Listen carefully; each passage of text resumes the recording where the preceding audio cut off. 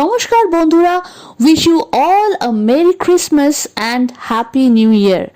আমরা চলে এসেছি আমাদের নতুন ভিডিও নিয়ে এই বছরের সবচেয়ে পপুলার সিনেমা পুষ্পা 2 এর এক্সপ্লেনেশন নিয়ে। Wild fire. গল্প শুরু হয় জাপানের এক ডকে জাহাজে করে এসে পৌঁছয় কয়েকটা কন্টেনার, যার মধ্যে ছিল প্রচুর লাল চন্দনের কাঠ আর সেই সঙ্গে পুষ্পাও, যে এই কন্টেনারে লুকিয়ে এখানে এসেছে। কারণ জাপানিরা লাল চন্দনের দখল নিয়ে নিয়েছিল, কিন্তু তার প্রাপ্য তাকে দেয়নি। পুষ্পাকে দেখে জাপানিরা খুব একটা খুশি হয় না, তাই তাকে জুরাসিক ওয়ার্ল্ডের শার্কের মতো উল্টো করে টাঙিয়ে দেয়। কিন্তু পুষ্পা তো ফ্লাওয়ার নয়, সে ওয়াইল্ড ফায়ার, তাই সে নিজেকে ছাড়িয়ে জাপানিদের সাথে প্রচুর মারপিট করে, কিন্তু শেষে তার গুলি লাগে ও সে সমুদ্রে পড়ে যায়।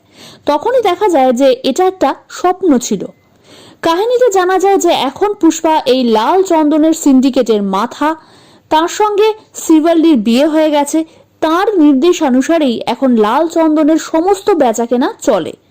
কিন্তু তার শত্রুর সংখ্যাও নেহাত কম নয়, আর এদের মধ্যে সবচেয়ে বড় শত্রু ছিল আইপিএস শেখাওয়াত। কারণ পুষ্পার প্রথম পার্টের শেষে পুষ্পা তাকে অর্ধনগ্ন অবস্থায় পুরো শহরে ঘুরিয়েছিল, তাই সে প্রতিশোধ নেওয়ার জন্য এবার মরিয়া। শেখাওয়াত একটা চাল চালে। পুষ্পার লোকেরা যখন কাঠ কাটতে জঙ্গলে যাচ্ছিল, তখন সে ছদ্মবেশে তাদের সাথে মিশে যায়। সেখানে পৌঁছে সে তাদের ধরার প্ল্যান বানায় ও শেষে তাদের অ্যারেস্ট করে নেয়। সে প্রায় 200 জন শ্রমিককে প্রচন্ড মার মারে এবং তাদেরকে জেলে চালান করে দেয়। এবার পুষ্পা থানায় আসে।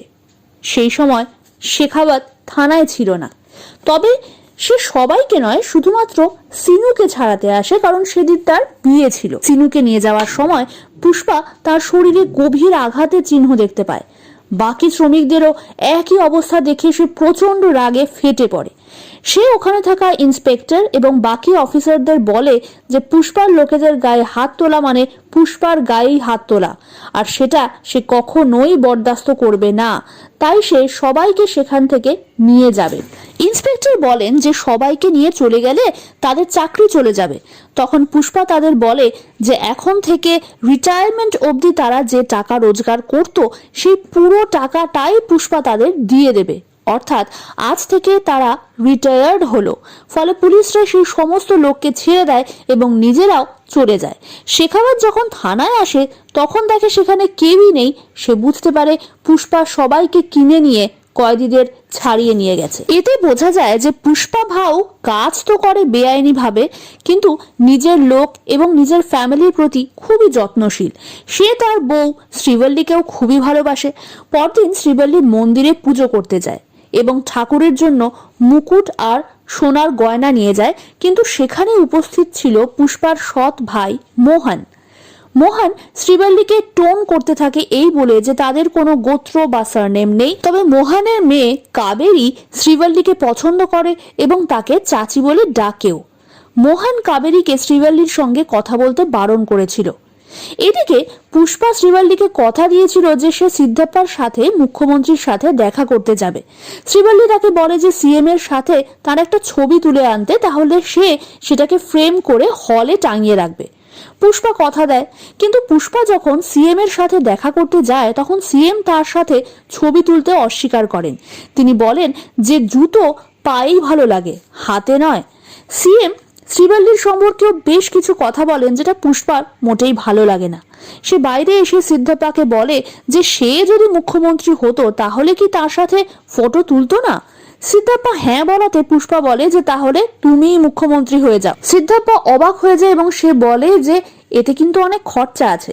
পুষ্পা যখন জিজ্ঞেস করে যে কত খরচ আছে, তখন সে বলে প্রায় 100 কোটি।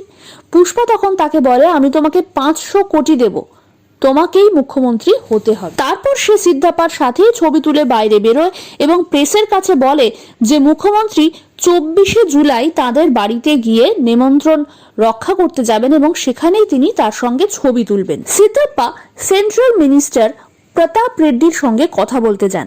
তিনি বলেন যে মুখ্যমন্ত্রী হওয়ার যোগ্যতা সিদ্ধাপ্পার নেই।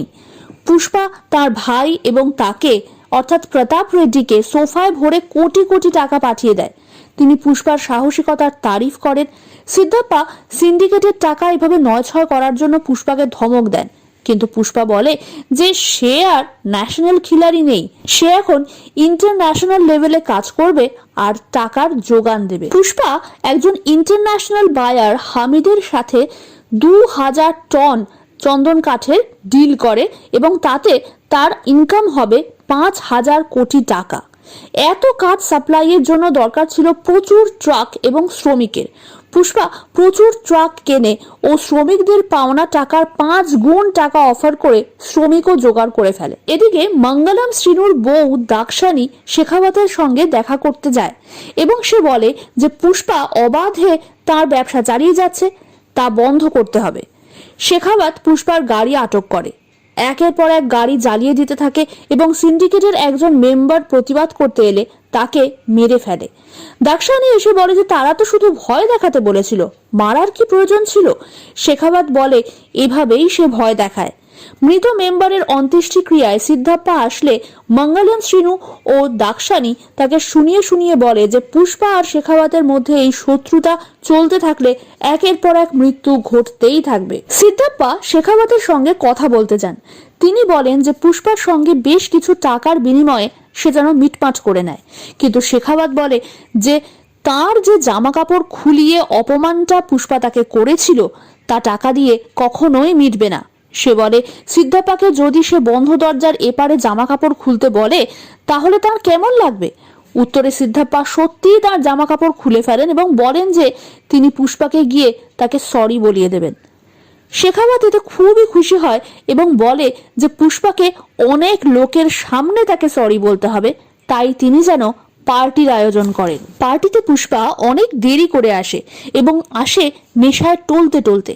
অনেকক্ষণের চেষ্টায় সে ফাইনালি শেখাবতকে সরি বলে।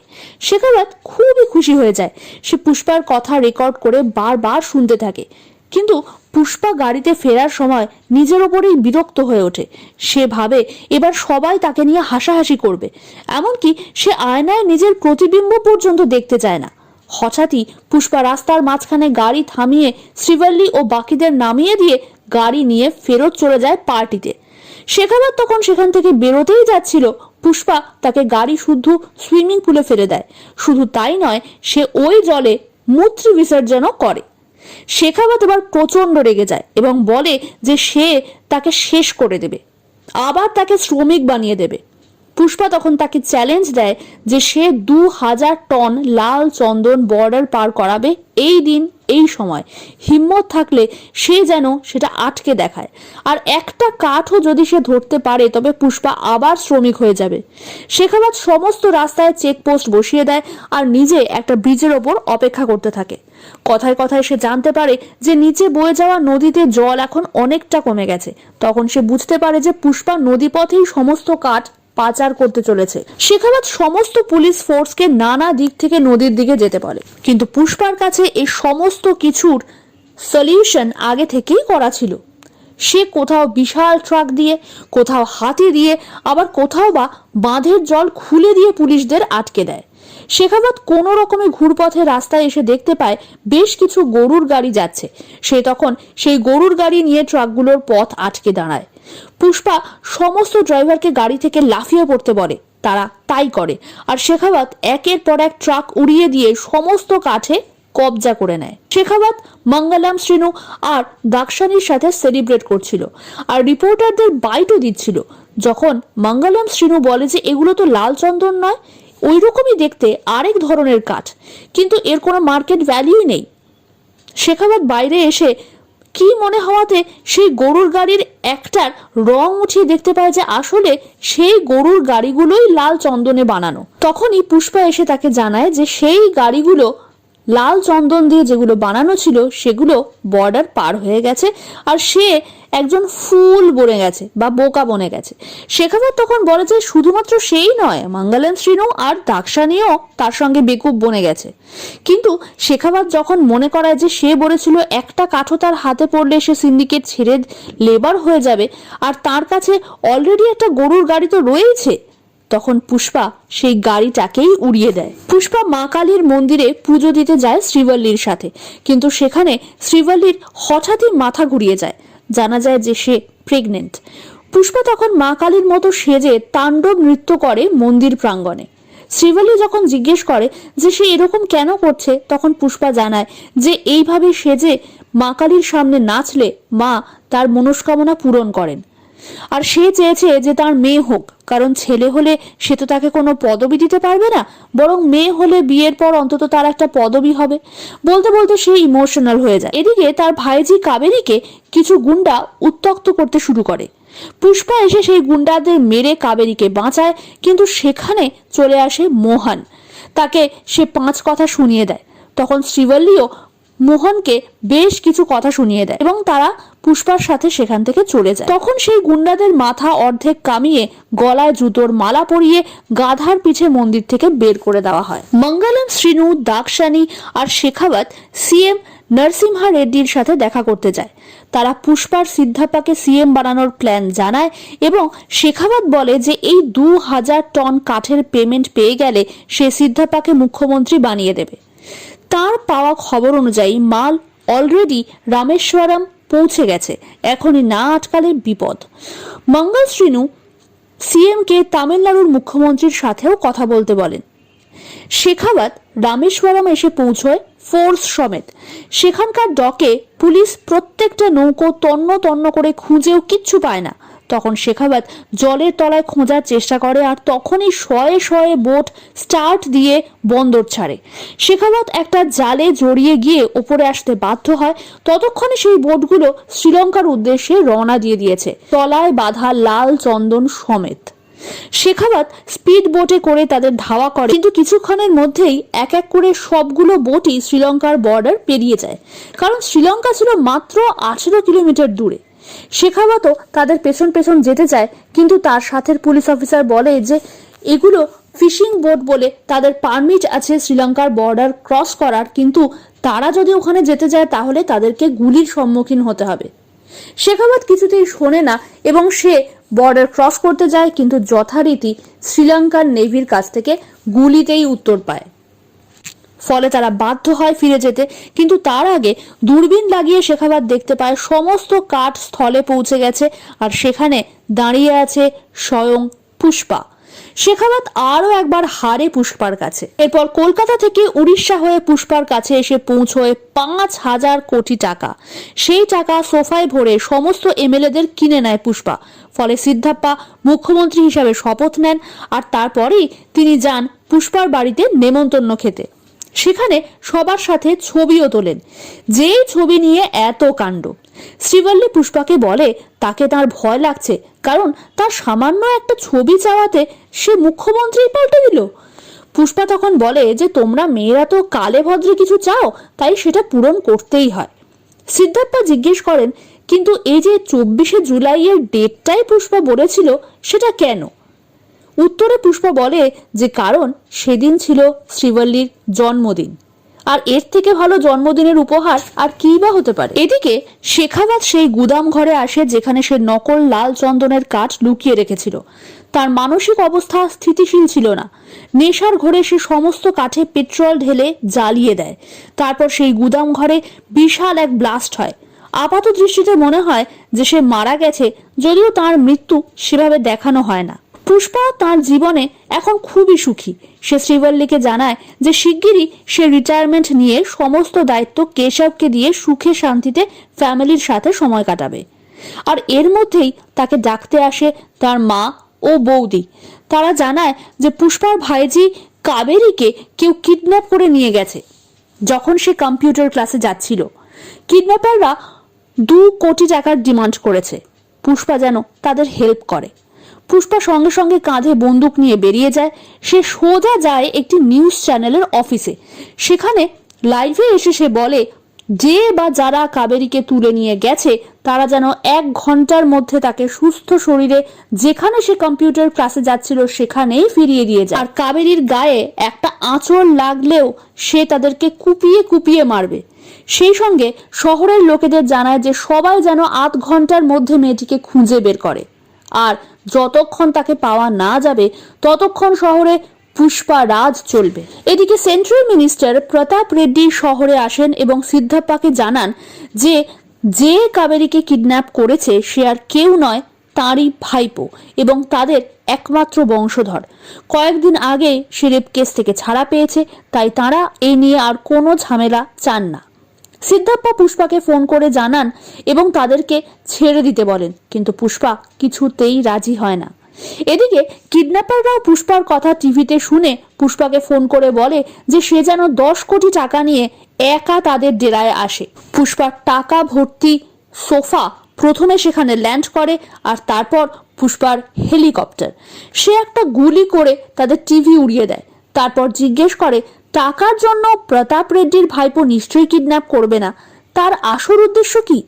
সে তখন জানায় যে তার সাথে হওয়া অপমানের প্রতিশোধ সে নিতে চায়।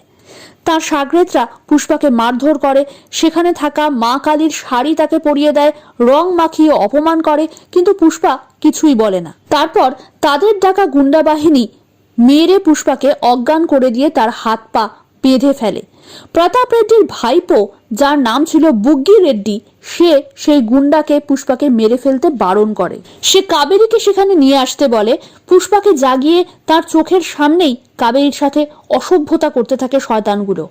একসময় পুষ্পা আর সহ্য করতে পারে না, হাত পা বাঁধা অবস্থাতেই উড়ে উড়ে সমস্ত গুন্ডাদের ঘাড়ে কামড় বসিয়ে তাদের ঘায়েল বা মেরে ফেলতে থাকে। পুষ্পাকে আটকানো অসম্ভব হয়ে ওঠে। শেষে সিদ্ধাপ্পা, কেশব ও পুষ্পার বাকি লোকেদের পাঠায় বুগ্গি রেড্ডিকে পুষ্পার হাত থেকে বাঁচানোর জন্য। তারা প্রাণপণ চেষ্টা করে, কিন্তু পুষ্পাকে আটকাতে পারে না। শেষ পর্যন্ত পুষ্পা মা কালীর ত্রিশূল দিয়ে গেঁথে ফেলে বুগ্গি রেড্ডিকে। তার বাবা এসে এই দৃশ্য দেখে যখন রাগের চোটে কাবেরীকে নিয়ে যেতে চায়, তখন সেই ত্রিশূল দিয়েই পুষ্পা তাকেও মেরে ফেলে। ফলে প্রতাপ রেড্ডি একই সাথে হারান তার ভাই ও ভাইপোকে। এদিকে পুষ্পার কাছে তার দাদা মোহন আসে। পুষ্পা দেখা করে না, তাই সে তার মায়ের কাছেই কাবেরীর বিয়ের কার্ড দেয় ও নানা ইমোশনাল কথা বলে। আফসোস করে এতদিন ধরে পুষ্পাকে নিজের ভাই বলে স্বীকার না করার জন্য। মোহন চলে যাওয়ার পর শ্রীবল্লী পুষ্পাকে কার্ডটা দেখায়, যেখানে পুষ্পার মা, পুষ্পা আর শ্রীবল্লীরও নাম ছিল। আর তার আগে জল করছিল তাদের পদবী মুলেটি। পুষ্পা এতদিন ধরে যে দুঃখ মনে পুষে রেখেছিল সেটা এবার আনন্দাশ্রু হয়ে বেরিয়ে আসে। সে খুবই ইমোশনাল হয়ে কাঁদতে থাকে। কাবেরীর বিয়েতে পুষ্পা পুরো ফ্যামিলির সাথে আসে। মোহন ও তার ভাই তাকে জড়িয়ে ধরে। ফাইনালি পুষ্পার ফ্যামিলি কমপ্লিট হয়। এদিকে প্রতাপ রেড্ডি তার ভাই ও ভাইপোর শ্রাদ্ধানুষ্ঠানে কাউকে এক্সপেক্ট করছিল যে নিজে না এসে একটা ফুলের তোড়া পাঠিয়ে দেয়, যার মধ্যে একটা খুলি ছাপ ছিল। সেই একই রকম তোড়া এসে পৌঁছয় কাবেরীর বিয়ের অনুষ্ঠানেও। তারপরেই দেখা যায় একটা হাত একটা রিমোট টেপে আর দূরে একটা ব্লাস্ট হয়। একজন মানুষকে পেছন থেকে দেখা যায়, তবে ব্লাস্টটা কোথায় হলো, এই খুলি ছাপের মানে কি, আর খুলি ছাপধারী বেগুনি জামা পরিহিত অরণ্যদেবটি বা কে, এসব প্রশ্নের উত্তর মিলবে পুষ্পা 3-তে, এমন প্রতিশ্রুতি দিয়েই মুভি শেষ হয়। রিমোট ধরা হাতটা ভালো করে দেখলে বোঝা যাবে যে হাতটা পোড়া। অতএব এই লোকটি শেখাওয়াত হওয়ার চান্স তো থাকছেই। তোমাদের কি মনে হয় এই লোকটি শেখাওয়াত নাকি নতুন কোনো ভিলেন? কমেন্ট করে জানাও আমাকে। আর সেই সঙ্গে ভালো লাগলে করে দিও একটা লাইক, কমেন্ট তো অবশ্যই করবে, and don't forget to subscribe my channel. একটু বেশি বেশি শেয়ার করে দিও। পরের ভিডিওতে দেখা হচ্ছে হয়তো নতুন বছরে। ততক্ষণ পর্যন্ত টাটা, বাই।